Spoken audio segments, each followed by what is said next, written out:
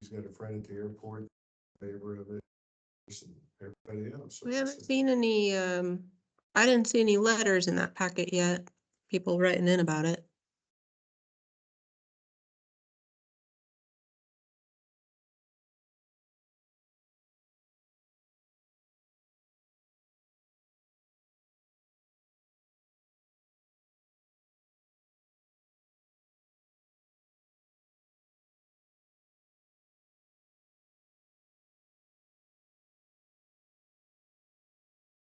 I kind of pay attention to.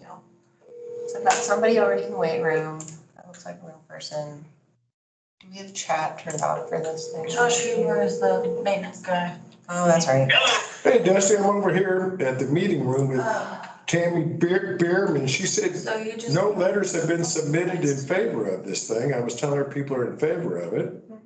And she said, well, you've not submitted any letters in favor. Admit people when they. I am sitting over here with her right this minute. It is technically. Letters of neighbors and people in favor of this project. You need some letters.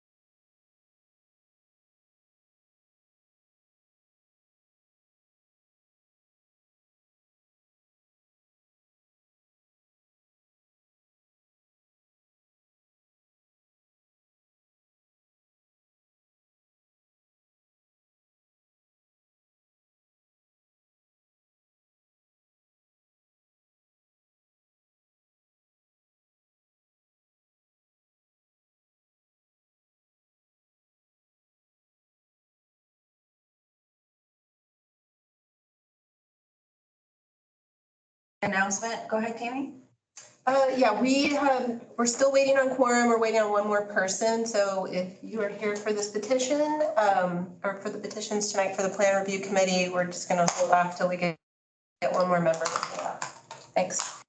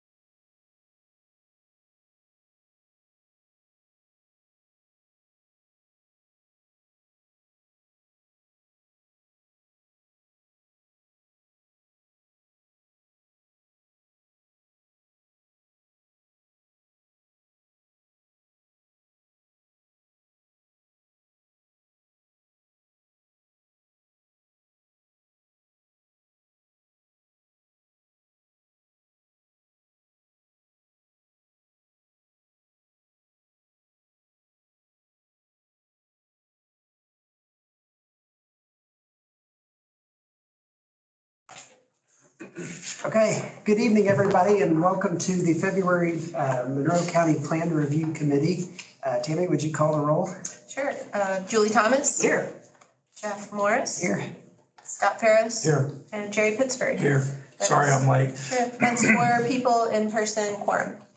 Thank you, Tammy. So we have no administrative business tonight, no old business, so we'll jump right into new business. The first case is PUO-23-6. And Thanks, Jeff.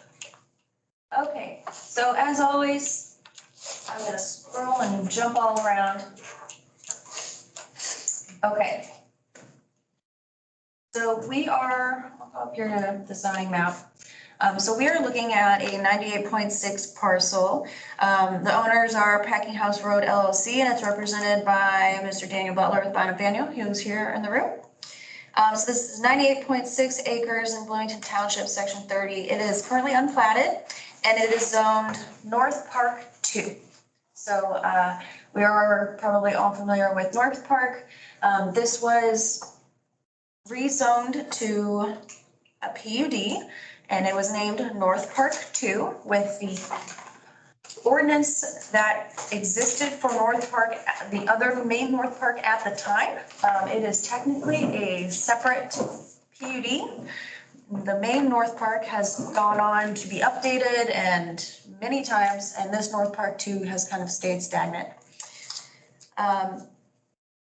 So we are looking at this site. So let's see, quick summary. So North Park 2 was created in 2004. This area contains 2 use areas. The first is quarry/heavy industrial district and then light industrial district. And the parcel is kind of split down half, kind of down the middle as quarry and heavy and then light industrial. The property is surrounded by a few different uses. It's accessed off of North Packing House Road, which dead ends. So to the west, we have some residential, to the north, we've got vacant, and then to the south, we've got state police and a couple of industrial sites, one vacant, one developed. So this is a proposed ordinance amendment to North Park 2, and this would be to add the use of mass grading with filling operations to the list of permitted uses in both of the areas. And there is a definition that the petitioner has provided on the second page of the packet of this report. Let me find a good photo. So jumping down, I'm going to try to find the development plan. Okay, so this is a conceptual development plan. So they are proposing, with the proposed mass fill use, they have included a conceptual design of their first development plan, which would be the filling of a 26-acre portion of the eastern part of the property. So the fill would be between 30 and 50 feet in vertical height. The elevation ranges from 765 up to 806 at the top of the fill area. And then the highest contour is listed at 817 towards the far southern side. So this parcel here to the south is naturally high. So they're proposing grades up to this property. If you're not familiar with the property that we're discussing, this was a quarry site. It contains 3 open quarry pits. Is that correct? Yes, 3 open quarry pits. As part of the North Park 2 PUD, you can see here on the site plan, there's a shaded area. The North Park 2 ordinance does require this area to be protected as open space and linear park. Thus, this does contain one of the 3 quarry holes. Okay. Sorry, there's a lot of information on this one. I want to make sure I'm not going to miss anything. So a little bit of background about the site. So there was a car study done. There are 17 sinkholes, 5 springs, and 1 sinking stream on site. That's an exhibit in the packet. The site is currently vacant. It's vegetated and contains remnants of The past use is limestone quarry, so large areas of limestone block. Vegetation that's close to impassable, areas of block that are close to impassable. When I did a site visit, I really only was able to get to the one quarry pit up here. The property has a pretty rolling natural terrain with okay grade deciduous forest and a cedar dominated barren in the northwest of the property. So up here in this corner, as you can kind of see a high point based on the contours.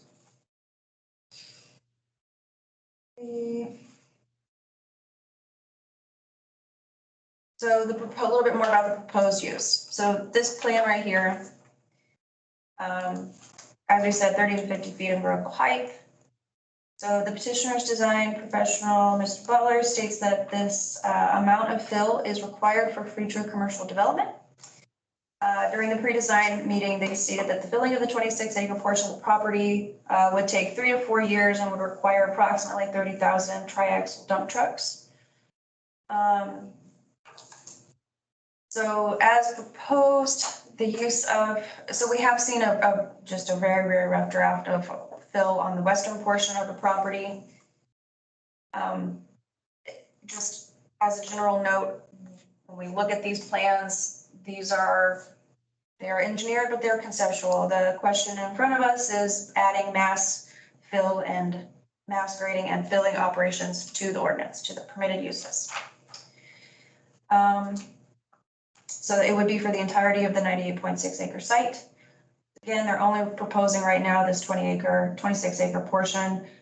The filling activities would include other activities like rock crushing and grinding to create the right material to create a stable fill area.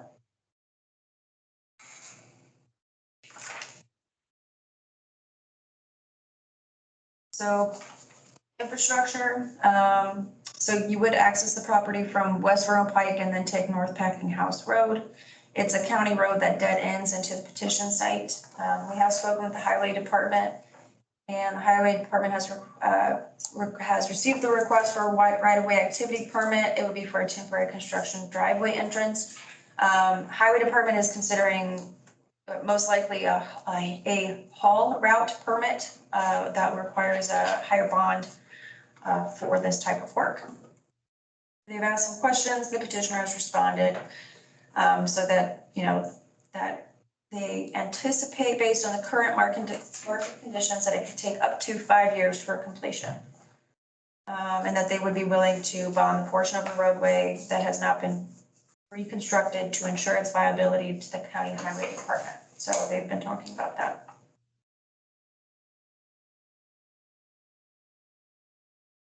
So just a note, under the North Park 2 ordinance, at the time of certificate of occupancy is sought for the site, 2 new roads must be constructed to county standards. So if in the future the property wants to develop, there really are no triggers up until they want to get a certificate of occupancy. So a structure that wants to be occupied.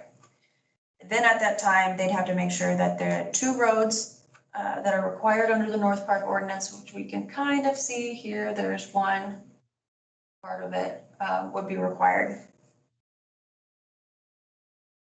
Let's see.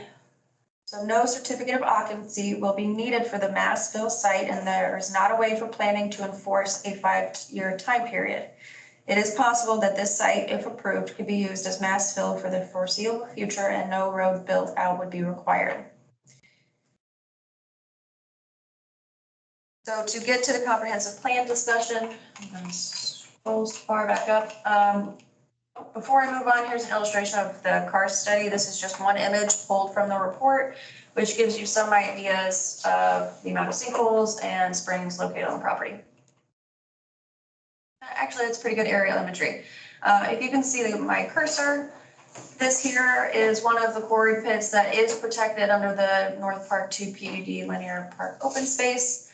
There is a pit right in here that is not protected and would presumably be filled at some point.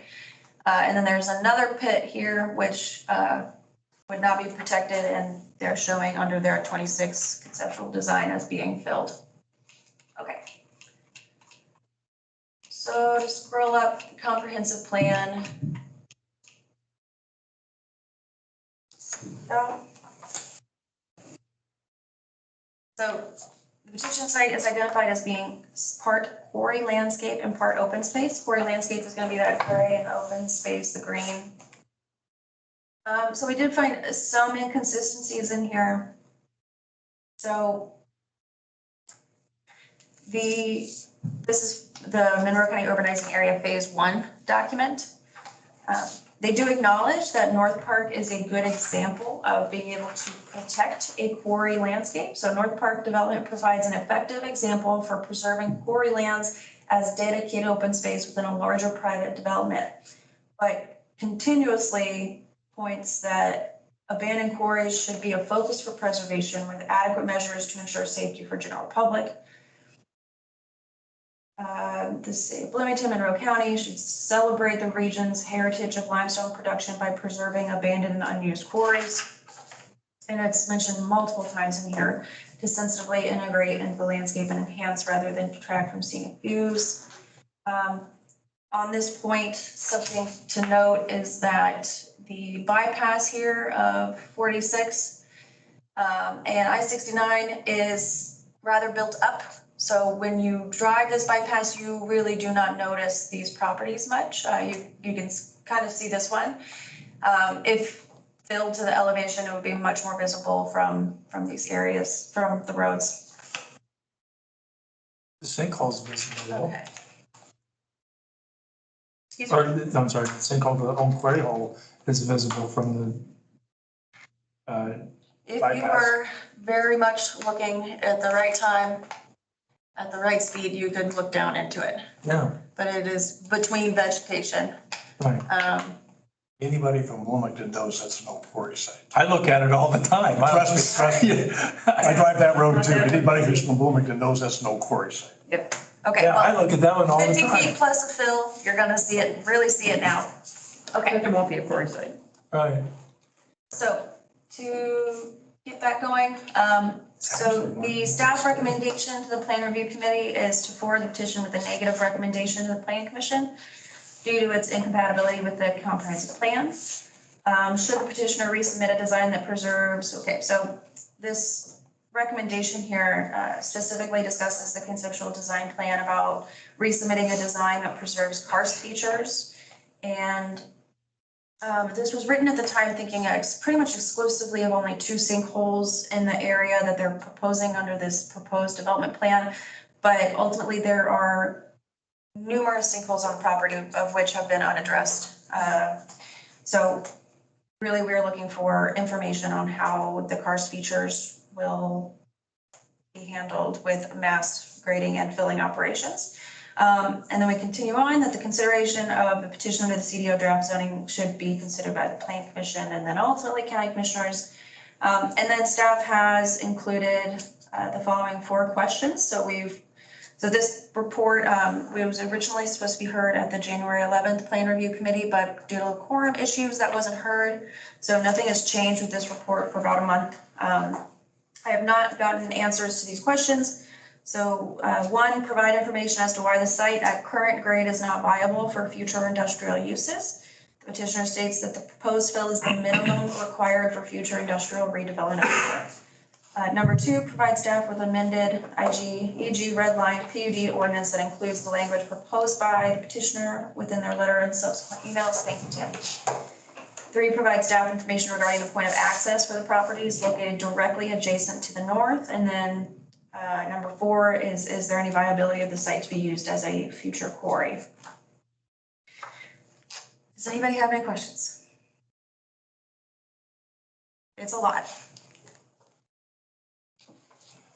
I do have a question, actually 2 questions.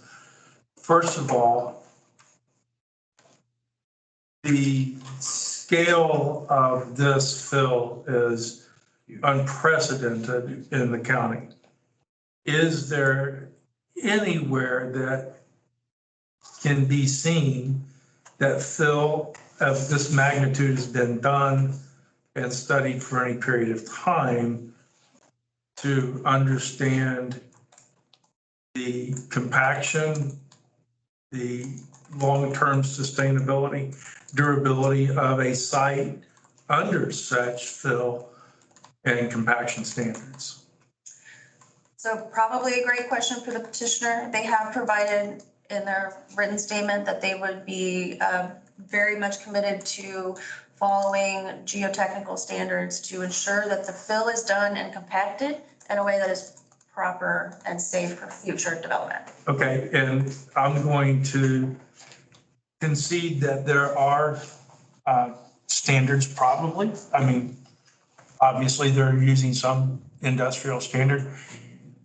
I want to see practical experience with it as much as technical guidance. So I would like to be able to see somewhere not open pit coal mining, but actually deep pit quarry, stone block activity where this kind of fill has been done and what the long-term stability is after the fact, because geotechnical guidelines are all well and good until the building falls down.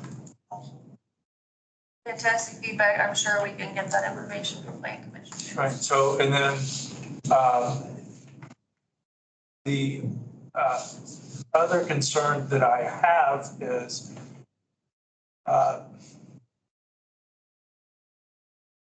it's kind of hard to phrase this in a way. It makes perfectly good sense in my head, and I don't know if I can get it out of my brain into words, but when I see sinking springs, sinkholes, and quarry activity all in the same area, and then I think of plugging this quarry hole, my history with plumbing in my family is that's like a system of water drainage. And that quarry hole is a tub. And now you're going to pack the tub and no longer allow water and air to pass through those openings. What is the impact on that water system in the karst when you plug this quarry? Because I would think that the water in the quarry rises and falls according to activity within the spring. So the impact on this is not site specific or not site exclusive. So I'm really concerned because I don't know enough except to ask dumb questions, what this really means beyond this site. What are we looking at? And again, geotechnical guidelines are great until you see failure of a free-flowing karst water system. Yeah. I can give you a little more information that I probably skipped over here that might help a little bit. So this was heard, it was introduced at the November 1st Drainage Board and then discussed at December 6th and the January 4th Drainage Board. They were requesting to fill areas identified by hydrology ink, a spring and a sinking pool. Filling a sink pool is subject to Drainage Board and planning review. Typically, SCAs cannot be filled per Chapter 829 of the zoning ordinance. However, consideration is being given to the site as it was a former quarry site and because the site is on PUD and includes specific varied standards for how to manage karst features on the site. That being said, there was lots of discussion at the Drainage Board, of which I think Ms. Butler could go into a little more in depth. But mainly that anything that can be proposed in advance with this outline plan amendment is welcome. That might protect these features. But ultimately their review will be under a development plan. So we've had other quarries that have been filled in. I mean, just a couple, Rogers quarry, that was filled in. And then I think even Longhole where Breaking Away was filmed, that's been filled in too, if I remember in the history here. So there's examples of quarries that have been filled in. And most quarries are spring fed, that's why you have standing water out. And they gotta pump that out. So are there active pumps on any of these sites out there pumping water out? Good question for Mr. Butler. I think along these same lines, I think maybe Kelsey Fatonia can provide some insight into how karsts and quarries work together. We bought the land north of the bypass along 69 for County Park to preserve that part of the quarry area. And you know, we don't have indications of a large number of sinkholes on that land, although I'm not sure how well it's been studied yet. So anyway, I think she may be able to provide some insight into the relationship between sinkhole areas and quarries. The drainage board came up with lots of these questions. Mhm. What will happen? What about downstream effects? What about pollutants? Can we have pollutants tested before it gets used for fill? So many questions. So I did not walk away with any clear, straight advice from them. There's just broad concern about, at this stage, not having conditions. And I do think fill is a big question as well. I think that question is a really good one because fill dirt can come from a number of sources and the impact of that is important, especially if it's in a sinkhole area, because where are those sinkholes going? We just don't know.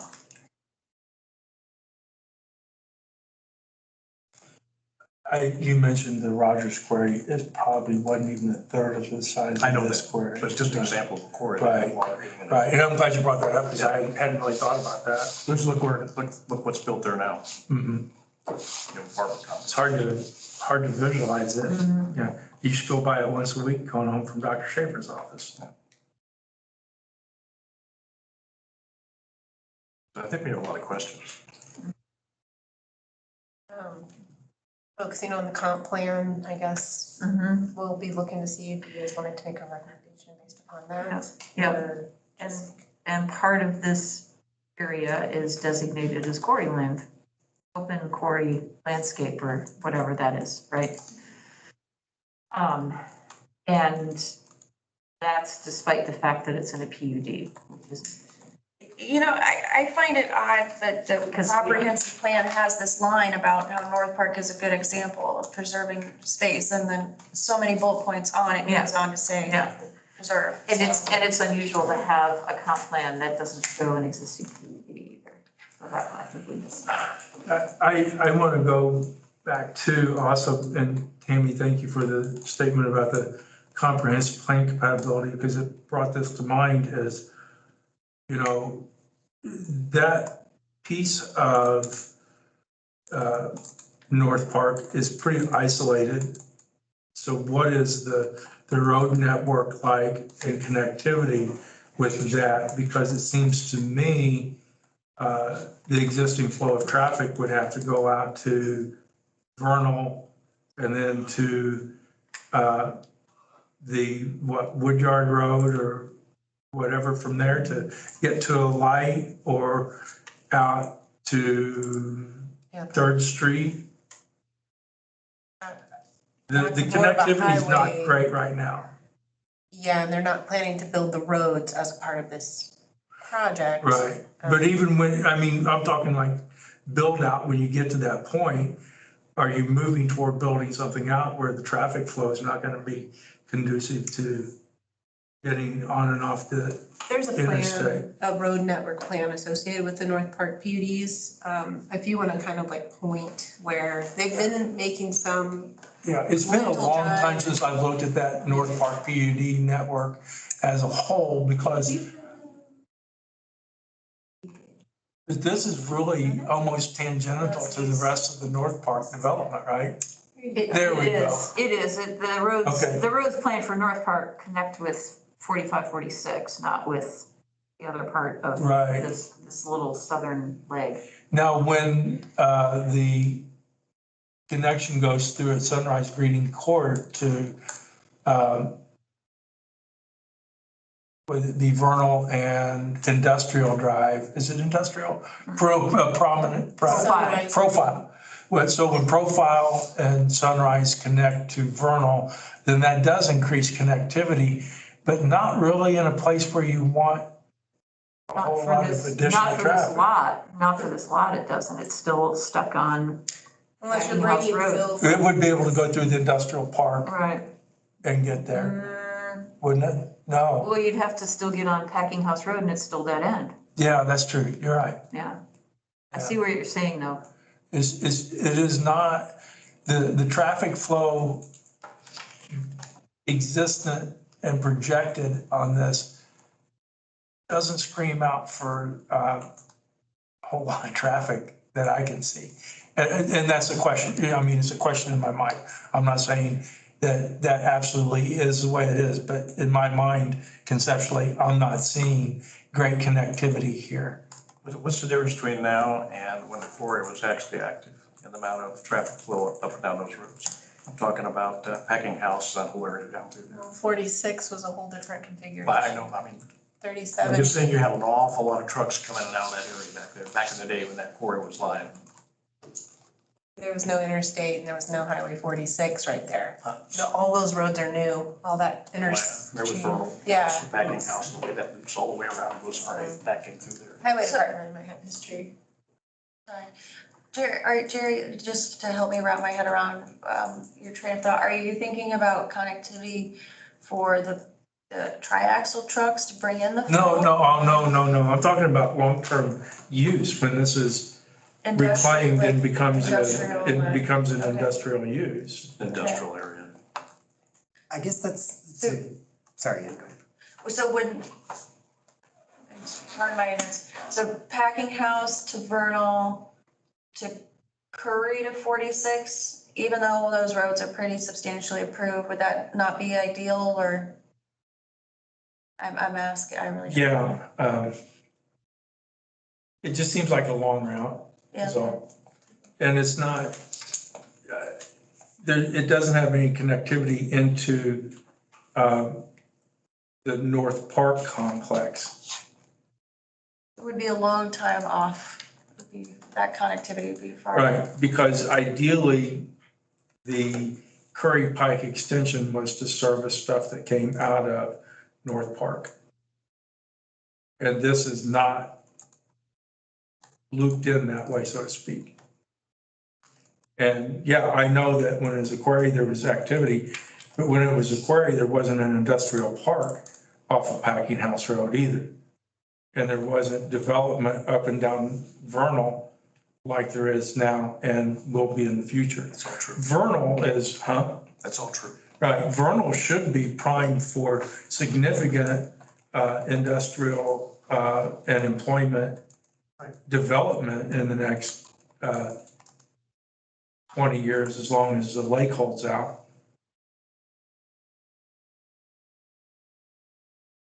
It's an ugly area.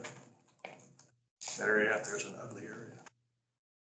To continue on Jerry's thought about if this were to be filled in, what would be permitted there to be built under current zoning? Or would it require a rezoning? So, yeah, I can pull up the exhibits here. Got 2 zones. We've got light industrial development and quarry heavy industrial development.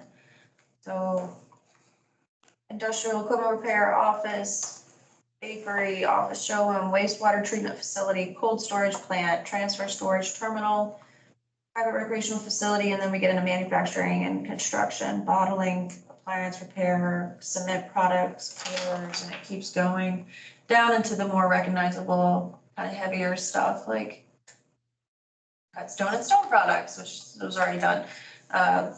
Machine assembly, machine shop, fabrication, so warehousing and distribution. Okay, thank you.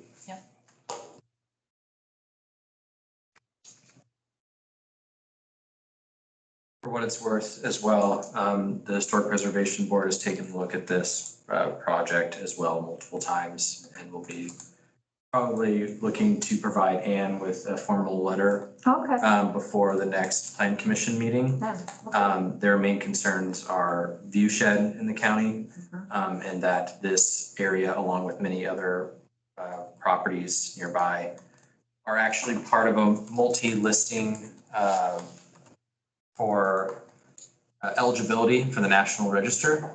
And that came about through the Section 106 process with I-69 and negotiations with the state.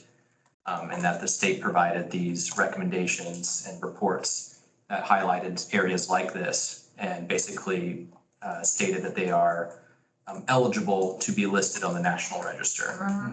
These properties never did receive, they never followed through with that forwarding to the National Register, but they're at least documented as eligible. So That's I'll good to provide more know. information. That's from really that. good to know. Thank you. Any other questions for Ann, or does anybody want to make a motion, or are we gonna? I'm okay not making a motion. I think our questions should just stand and. Thank you, Ann. Thank you. So moving on to the next item on the agenda, RZ-23-73.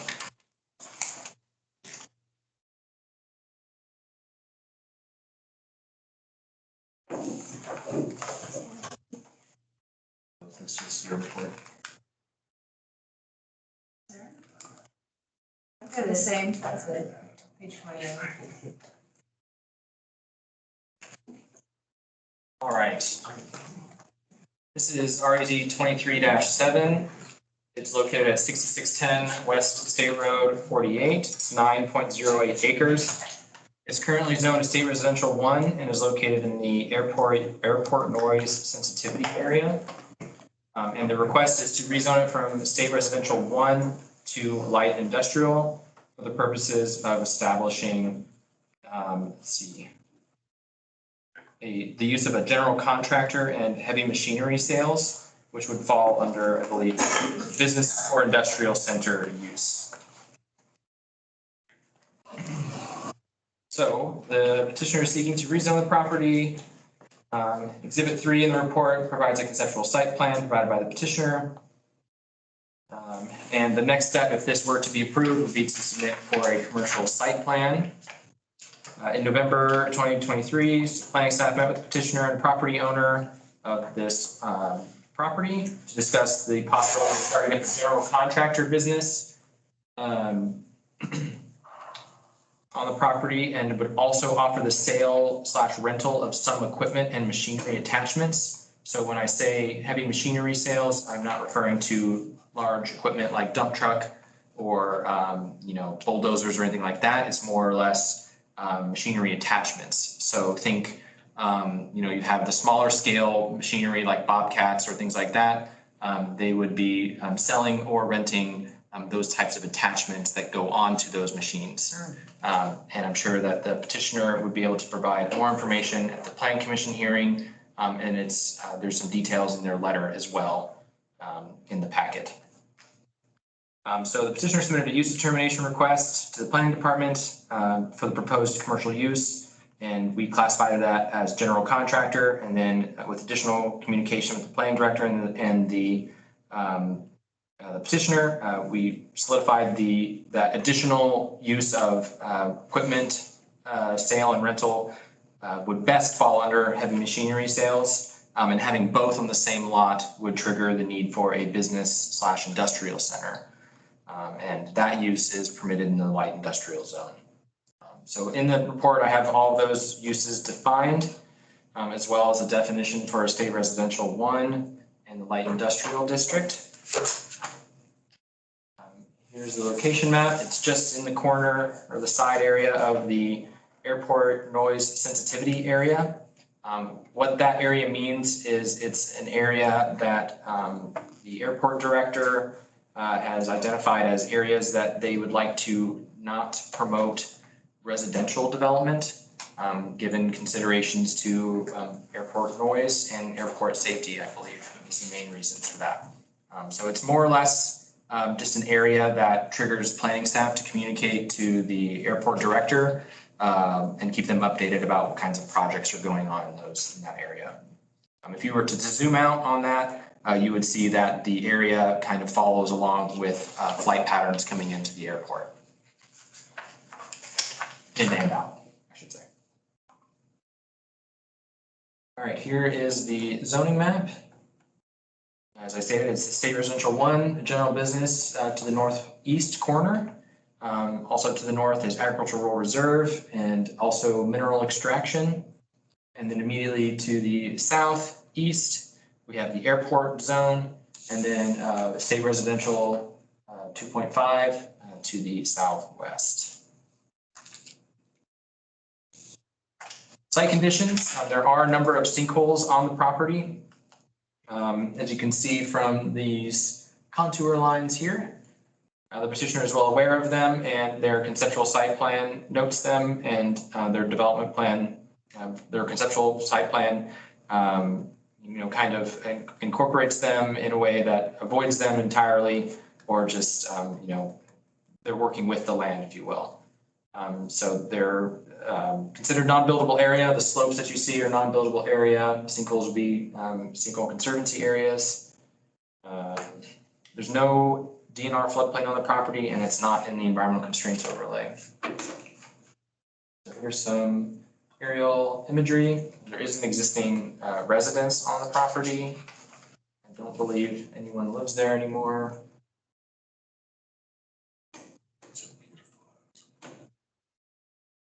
Keep scrolling through here. The comprehensive plan, all right, so the comprehensive plan is designated as rural residential, which is defined as portions of the urbanizing area primarily to the east and south are not suitable for intensive development due to access, infrastructure, and environmental constraints. So this section, similar to Ian's report, kind of identifies parts of the plan that are that do align with the comprehensive plan in green, and parts that do not align with the comprehensive plan in gray. So parts that do align, statement may be converted to other uses depending on future market demands and infrastructure expansion opportunities. Terms employment uses are aligned with this development proposal. Areas that does not align, one of the primary statements of the rural transition area is the transition to scale and intensity of development along the urban to rural transect. Residential uses are low in density, primarily single family. Quarry expansions is a term used for this district. Conservation residential, parks, open spaces. Also states that care should be taken to avoid roadway improvements that prioritize speed and capacity at the expense of rural roadway character. I don't have anything to check. The highway department did not provide any clear comments on this proposal. But I was wondering about the need for possible turn lanes or passing blisters. But I'm not a member of the highway department, so that would be NDOT, actually, yeah. That's why I didn't provide comments, because it's a state report. Thank you. Yes. So that would explain why I don't have comments. But that doesn't mean that the plan commission can't require that if they develop that NDOT has provided them clearance to do that, right? Because I don't know if we have power to do that. well, what we're saying then is the only way to do the petition would be if NDOT provides that. We did that in Ellisville, just. Part of our development plan or site plan review would be to get a commercial driveway permit from NDOT, and they may have a series of conditions that they require. We had a logging operation that Right. 46 was gonna have to add that. Right. Which made their project not viable. Right. So that could be something that could come up later as a condition of approval. Because I remember we did that in Ellisville, east of Ellisville, outside of Ellisville, with another. The timber. No, it was sawmill. a commercial something that went in, and we said that NDOT had to approve a turn lane before, as one of the conditions. In other words, the plan commission saying, yeah, NDOT, it's your choice, but if you don't approve this, we can't see how this is safe. Right. Okay. So Trying to remember. It's all, it all flows together. Okay, so that went. Jurisdiction, that wasn't us. Richard Small Engines. No, this was east. Oh, But Richards might have been one, or might have been, that might have, yeah, I remember that. Yeah, because that's only 2 lanes there. yeah. Yeah, so that, but it also matters how many lanes. Sorry, Drew. Yeah. No, you're good. Okay. I'm almost done. So here is, there's several iterations of the conceptual site plan with different mapping backgrounds. So I'll point you to this one that shows contour lines, a very large sinkhole here, a couple other sinkholes present on the property. So it's likely that any sort of development would need to receive some sort of geotechnical report. That could be a condition of approval if it gets to that. And here we have one that shows some of the slope grades as well.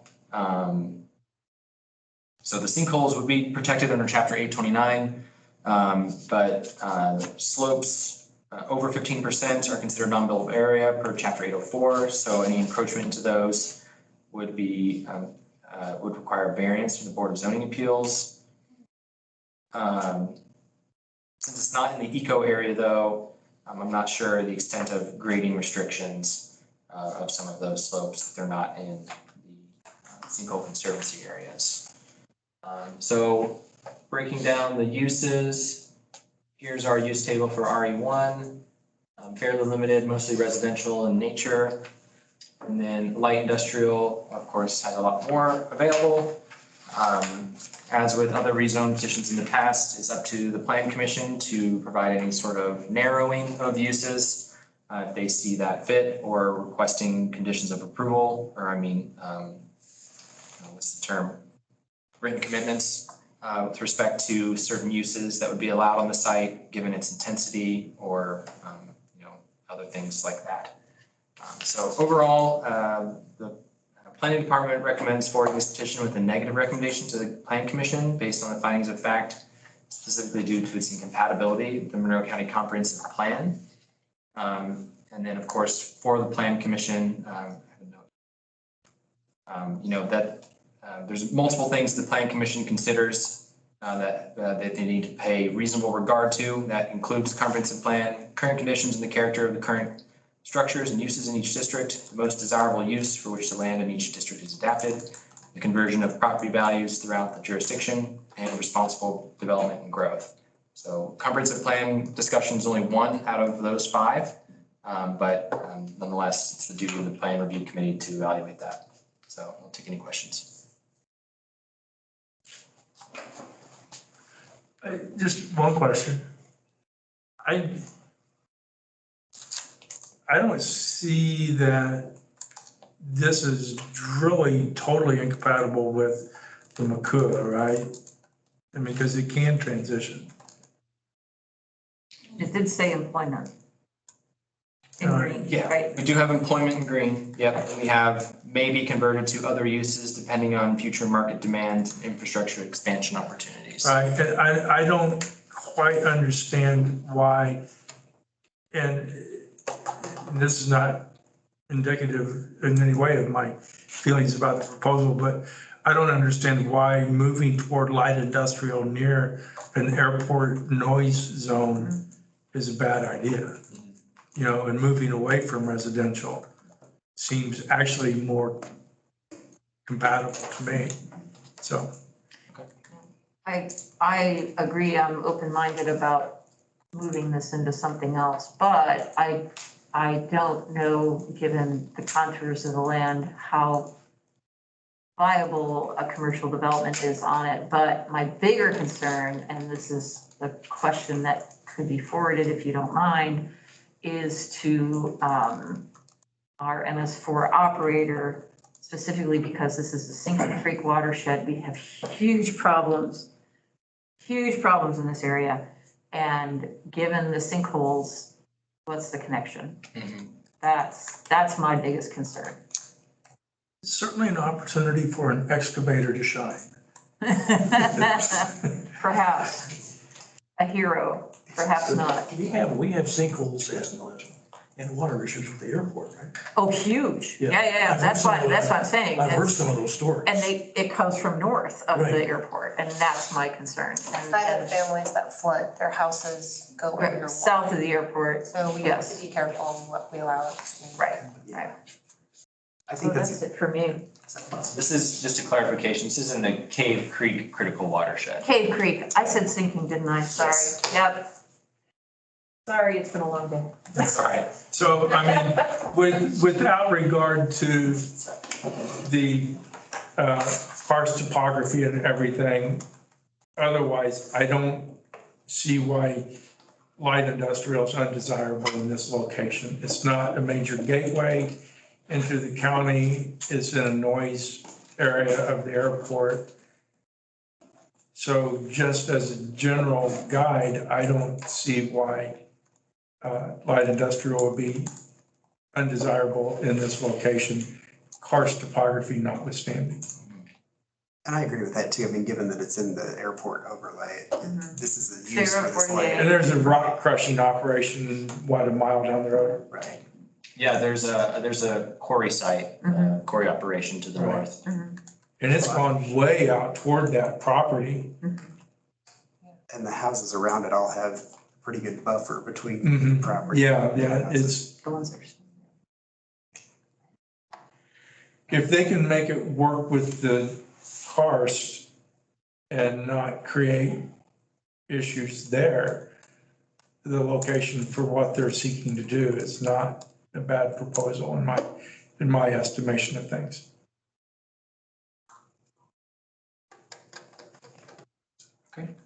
I will get Kelsey's eyes on this to provide some sort of review or recommendation for the planning commission. She does have a comment. She does? In our. Christopher, there's a Christopher Burke report on this area that you might want to bring What's the in. name? Christopher Burke is the consultant that the Stormwater Board's hired. Okay, We hired him to do a study of this area to provide us some insight. okay. I would encourage- B-U-R-K-E, Oh, Burke. Okay, Burke, sorry. that's good. And I would encourage petitioner to pay close attention to that as they move forward with their proposal. It will save them headaches and us time. Okay. So no vote officially. I prefer not to vote. I agree. Too many unsettled, but Yep. I think we've Many given clear indication where we sit on it. Any other comments? Not. Unrelated to petitions. Okay. Some of you may have heard, so we had talked at the Plan Commission admin about maybe dissolving this as a meeting. And staff is going to talk about that on Monday and maybe give some of our input, of how we feel. But if any of you, after having done this review and just now had any comments that you wanted to throw out there as the usefulness of comparing this to the comp plan and making recommendations to PC. Happy to. I said all I needed to say on Tuesday. I think I made myself pretty clear Tuesday. Thank you. Motion for adjournment. Second. Thanks, everybody. My stomach growl is the third. Yeah. Hey, that was your vote. That counts as a vote. It does. Hey, Scott, I just